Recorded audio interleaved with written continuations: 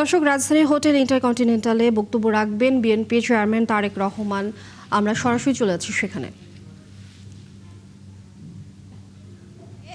তিনি এখন হোটেল ইন্টারকন্টিনেন্টালে যে সংবাদ সম্মেলনটি ছিল সেই সংবাদ সম্মেলনের উদ্দেশ্যে তিনি এখন বের হচ্ছেন।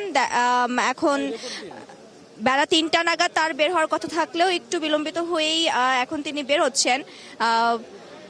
সাথে তার প্রোটোকল রয়েছে। আজকে কিন্তু অন্যান্য দিনের প্রোটোকলের তুলনায় আমরা একটু বেশি প্রোটোকল দেখতে পাচ্ছি। এখানে র্যাবের ৩-৪টি টহল টিম এবং সেই সাথে পুলিশের টিম রয়েছে এবং সিএসএফ এর তার যে নিয়মিত প্রোটোকল সেটিও এখানে আমরা দেখা যাচ্ছে। যদি একটু বলে রাখি, আজকে ১২ তারিখের পরে আজকে কিন্তু প্রথম বিএনপির পক্ষ থেকে সংবাদ সম্মেলন এবং সেটি কিন্তু দলের যে ঊর্ধ্বতন যে হাইকমান্ড তিনি এখন এই সংবাদ সম্মেলনটি করবেন। হয়তো নতুন কোনো কিছু বা নির্বাচনের সামগ্রিক যেই অবজারভেশন সেটি হয়তো তিনি আজকে দেশ বিদেশি সাংবাদিকদের মাধ্যমে তিনি তুলে ধরবেন। আপনারা দেখতে পাচ্ছেন তারেক রহমানের গাড়িটি মাত্রই গুলশান কার্যালয় থেকে বেরিয়ে গেল এবং এখন তিনি হোটেল ইন্টারকন্টিনেন্টালের উদ্দেশ্যে রওনা হচ্ছেন। সাথে কিন্তু এখানে তৃণমূল বেশ কয়েকটি নেতাকর্মীরা রয়েছেন। কিছুক্ষণ আগে এখানে হুম্মাম কাদের চৌধুরী রয়েছিলেন, তিনিও কিন্তু হোটেল ইন্টারকন্টিনেন্টালের উদ্দেশ্যে বেরিয়ে গেছেন। আজকে এই সংবাদ সম্মেলনের পরে ১৬-১৭ তারিখের মধ্যেই বিএনপি হয়তো শপথ গ্রহণ করবেন এবং এরপরে হচ্ছে তারা তাদের যেই নতুন যেই রাষ্ট্র কাঠামো সেটিতে ঢুকবে।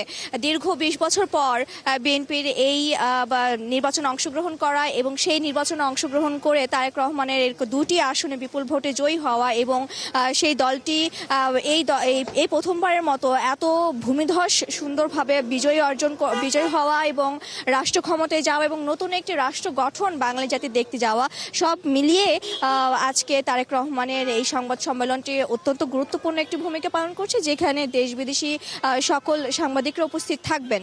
তো এই হচ্ছে এখানকার মতো তথ্য। তারেক রহমান এখন বের হচ্ছেন, এখন হোটেল ইন্টারকন্টিনেন্টাল হয়তো বা ৪টার মধ্যে তিনি পৌঁছে যাবেন। যদিও ৩টা বাজে সেই সংবাদ সম্মেলন তার যোগ দেওয়ার কথা থাকলেও কিছুটা বিলম্বিত করেই তিনি বেরোলেন। অন্যান্য দিনের থেকে আজকে তার প্রোটোকল বাহিনীটি বেশি ছিল। এখানে আমরা ডিবির একটি টহল বাহিনী দেখেছি, র্যাবের বেশ কয়েকটি গাড়ি দেখেছি, সেই সাথে পুলিশ টিমের একটি প্রোটোকল আমরা দেখেছি।